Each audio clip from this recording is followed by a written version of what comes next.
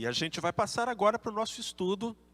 Alguns irmãos têm acompanhado sem perder um único episódio, mas se você não acompanhou os anteriores, que são 14, eu quero lembrar que estão disponíveis no nosso site, no nosso aplicativo, para você ver, rever, compartilhar. Toda quarta-feira em 2024 temos estudado este tema. Vencendo a batalha espiritual. E hoje, um assunto bem interessante. Bênção sem maldição.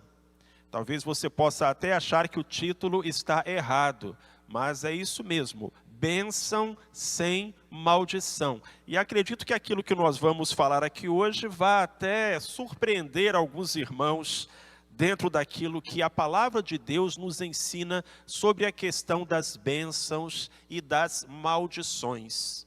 Por quê? Porque quando se fala em bênção e em maldição, existe a maneira como as pessoas entendem, na sua maioria, e como a Bíblia ensina, e são visões diferentes. Vamos começar com o conceito pagão de bênção e maldição. Aqueles povos antigos que praticavam a idolatria, que se afastavam da verdade de Deus, aquelas pessoas que não faziam parte do povo de Israel, como é que aquelas pessoas entendiam este assunto? Bênçãos e maldições. Eles entendiam, por exemplo, que a maldição era uma força em si. Os antigos jogavam pragas sobre as pessoas, acreditando que suas palavras teriam o poder de trazer forças sobrenaturais contra os seus desafetos.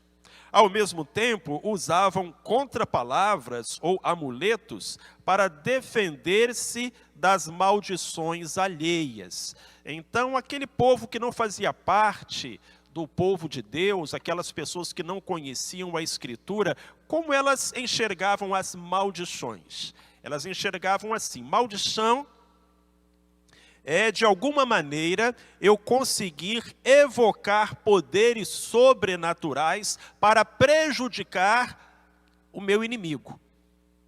E isso podia acontecer através de uma palavra, através de palavras especiais, ou através de rituais, ou ainda através de personalidades. Algumas pessoas eram vistas como mais hábeis em amaldiçoar do que outras. E todo mundo tinha muito medo de ser amaldiçoado, então haviam contrapalavras ou contrafeitiços como uma tentativa de evitar que aquela praga caísse. Isso a gente é acostumado a ver ou ouvir até os dias de hoje, não é assim? Bate na madeira, cruz credo, pé de pato, mangalô 3 vezes, que é uma forma de você evitar, sai olho gordo, está amarrado em nome de Jesus. E coisas que têm mais a ver com a superstição do que com a Escritura. Vamos ver alguns exemplos? Olhem só, nós vamos encontrar 2 pagãos expressando a maneira como percebiam a bênção e a maldição. O primeiro é Balaque, rei de Moabe. Lá em Números 22, versículos 5 e 6, está escrito que Balaque enviou mensageiros a Balaão, filho de Beor, a Petor, que está junto ao rio, a terra dos filhos do seu povo, aquela região do Eufrates, a Babilônia, era conhecida como a capital mundial da feitiçaria. Se você quisesse contratar um bruxo, era lá que você ia procurar. E o Balaque mandou chamar o Balaão, dizendo: eis que saiu do Egito um povo que cobre a face da terra e estaciona defronte de mim. Vem, pois, agora, rogo-te, amaldiçoa-me este povo, porque é mais poderoso do que eu. Porventura prevalecerei, de modo que o possa ferir e expulsar da terra. Porque eu sei que será abençoado aquele a quem tu abençoares, e amaldiçoado aquele a quem tu amaldiçoares. Então era assim que um pagão pensava. No caso, Balaque, rei de Moabe. Outro pagão que pensava do mesmo jeito, Golias, o filisteu. Em 1 Samuel 17, verso 42 e 43, nós lemos que quando Golias olhou e viu a Davi, desprezou-o, porquanto era mancebo, ruivo e de gentil aspecto. Disse o filisteu a Davi: sou eu algum cão para tu vires a mim com paus? E o filisteu, pelos seus deuses, amaldiçoou Davi. Eu tenho um inimigo e eu vou de alguma forma invocar as forças sobrenaturais para vencer este inimigo com a ajuda das forças do além, das trevas, dos deuses, dos demônios. Só que não funcionou nem para Balaque e nem para Golias. Por quê? Porque a verdade sobre a bênção e a maldição é outra. E isso nos leva ao conceito bíblico, que é totalmente diferente. A forma como a Bíblia ensina bênção e maldição é totalmente diferente da forma que a gente aprendeu e que os povos pagãos entendiam.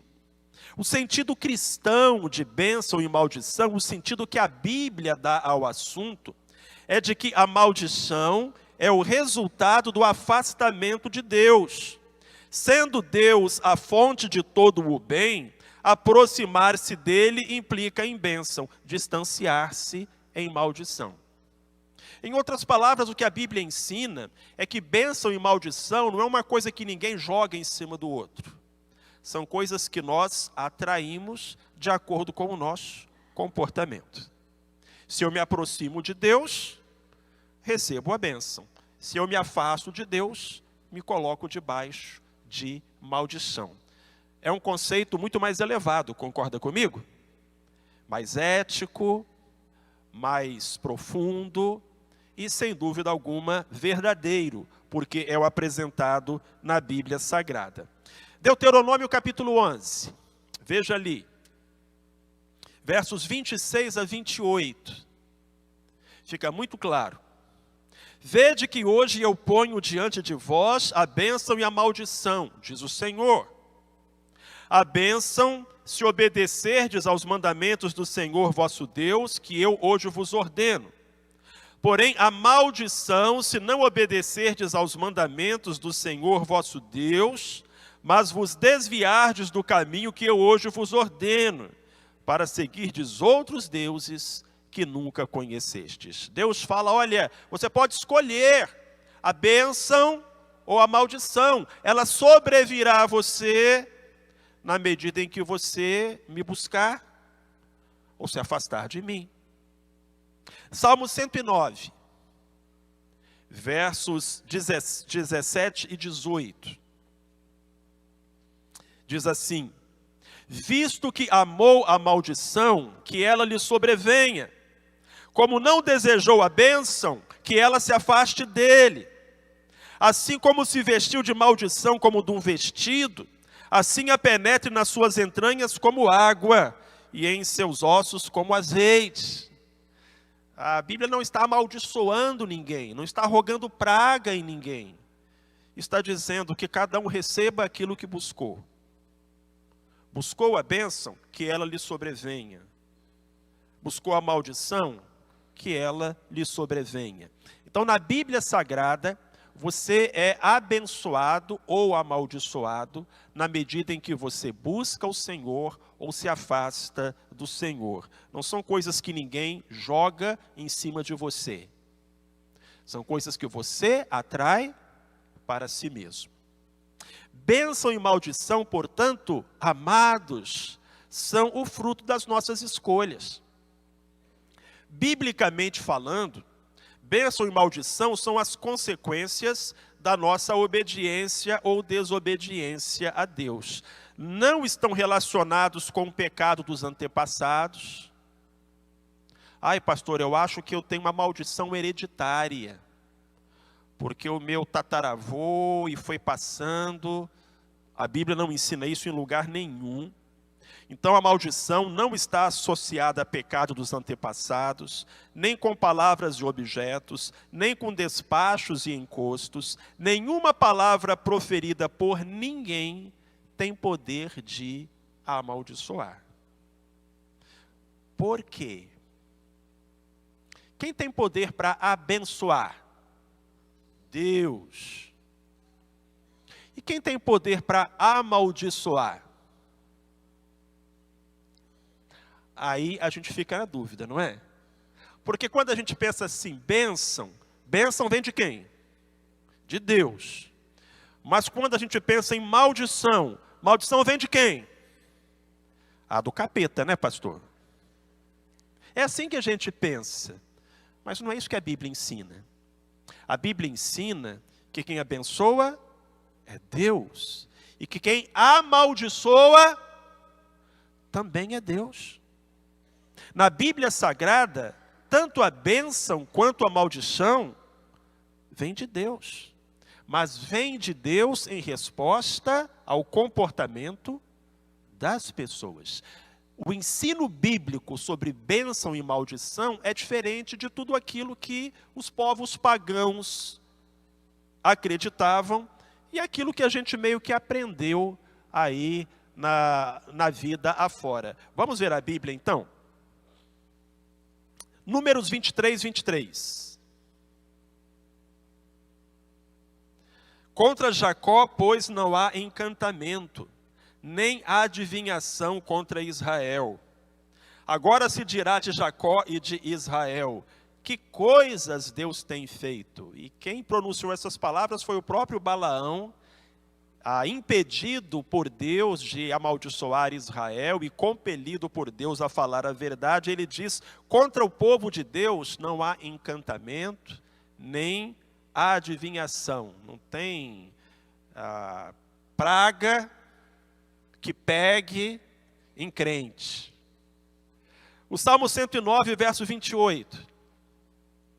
Olhem o que diz. O salmista fala, amaldiçoem eles, mas abençoa tu. Fiquem confundidos os meus adversários, mas alegre-se o teu servo. O salmista aqui está dizendo o seguinte, Senhor, podem me amaldiçoar, contanto que o Senhor me abençoe, tudo bem. Conseguiram marcar aí na Bíblia? Vamos em frente? Que eu sei que alguns irmãos estão marcando na Bíblia, então eu quero dar um tempo. Provérbios 3:33. A maldição do Senhor habita na casa do ímpio, mas ele abençoa a habitação dos justos. Irmãos, a maldição de quem? Do Senhor. É diferente do que a gente imagina. Que a gente pensa, não, maldição é do Satanás. A Bíblia fala maldição do Senhor. Ela habita na casa do ímpio, mas a bênção do Senhor habita a casa do justo. É muito simples.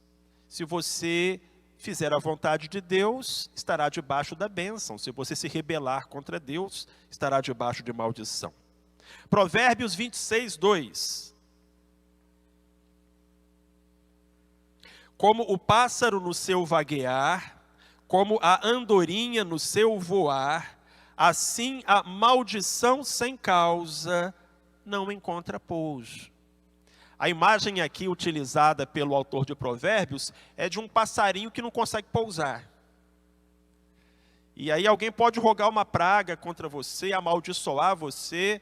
Essa palavra não vai pousar, porque não tem onde pegar em você.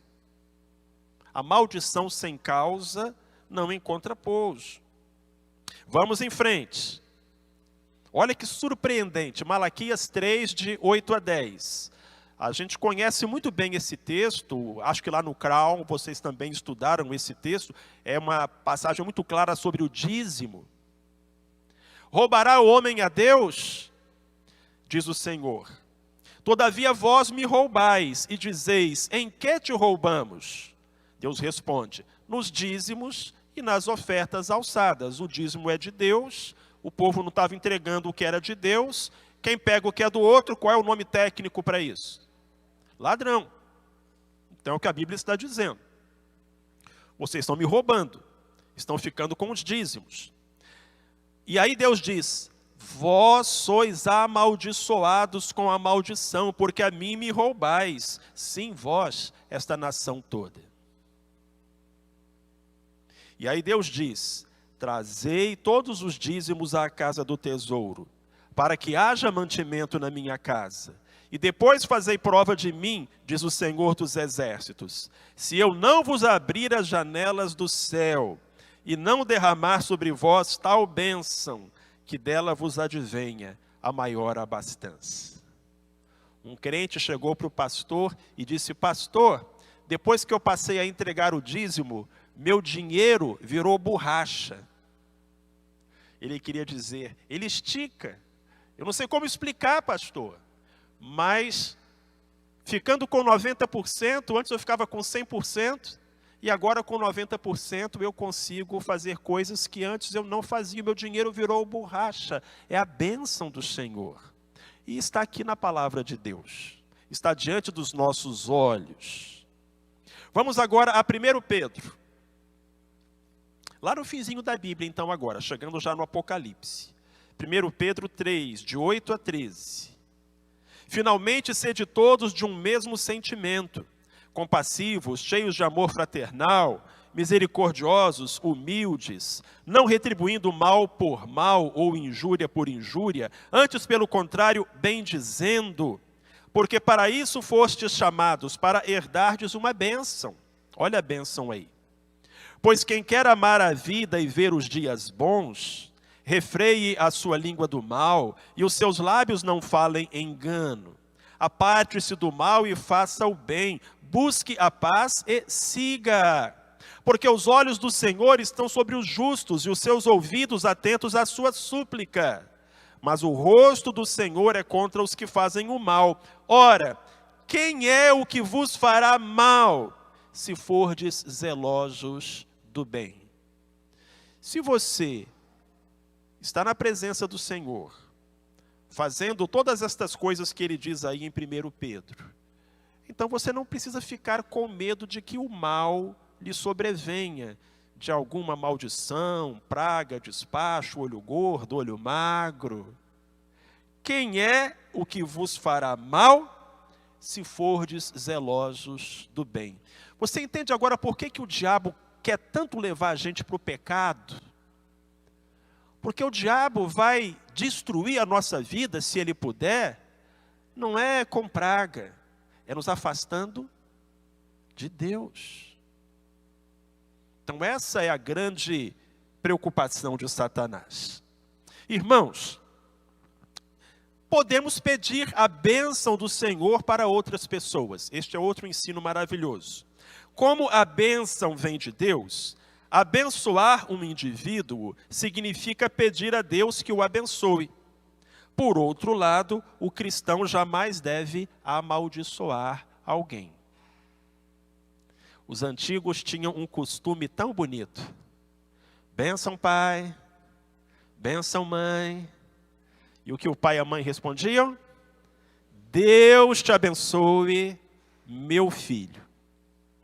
Abençoar é pedir a bênção de Deus sobre alguém. Então, amaldiçoar seria pedir a maldição de Deus sobre alguém. Mas a Bíblia diz que a gente não pode amaldiçoar, só abençoar. Vamos ver? Gênesis 14. Você estava lá no finzinho da Bíblia, volta para o começo. Gênesis 14, 18 a 20. Ora, Melquisedeque, rei de Salém, trouxe pão e vinho, pois era sacerdote do Deus Altíssimo.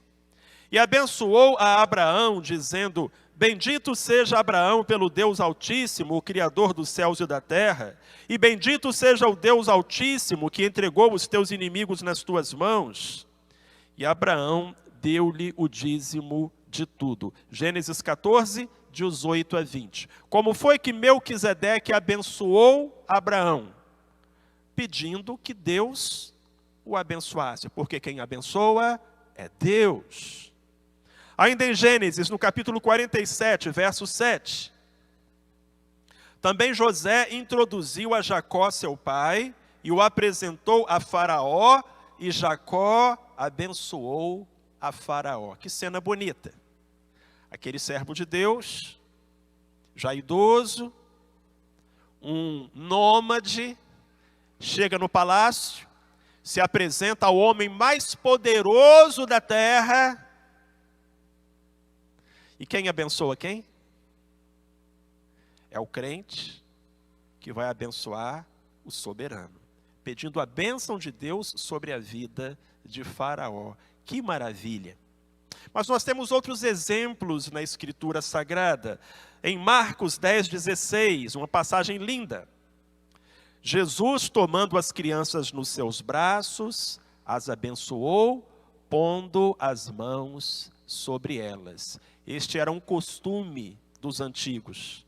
Colocava a mão sobre a cabeça e dizia: Deus te abençoe. Jesus ainda tomava as crianças nos braços, todo aquele carinho do Filho de Deus. E a Bíblia diz que nós devemos abençoar e que nós podemos abençoar. Romanos 12:14.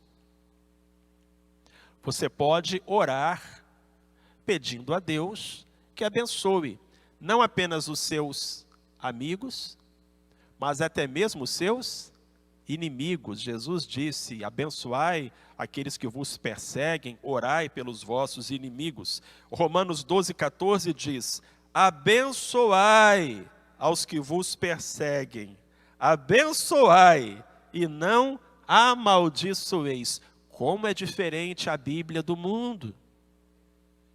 No mundo, se alguém me persegue, eu falo assim: eu vou rogar uma praga para esse desinfeliz. Mas não é o que a Bíblia nos ensina. A Bíblia ensina: se alguém te persegue, ora por ele. Abençoa ele em nome de Jesus. Não há ensino cristão de que devamos amaldiçoar alguém, de forma alguma. Para encerrar, para concluir, o cristão, então, não necessita de quebra de maldições.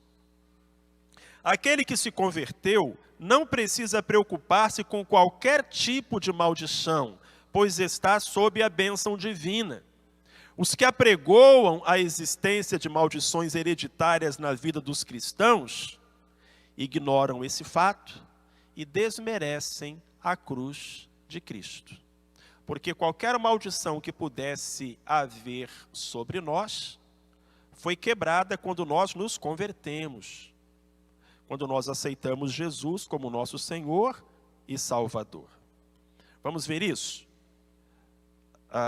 Pascoal Piragini vai dizer: a palavra de Deus ensina que toda maldição foi cravada na cruz do Calvário.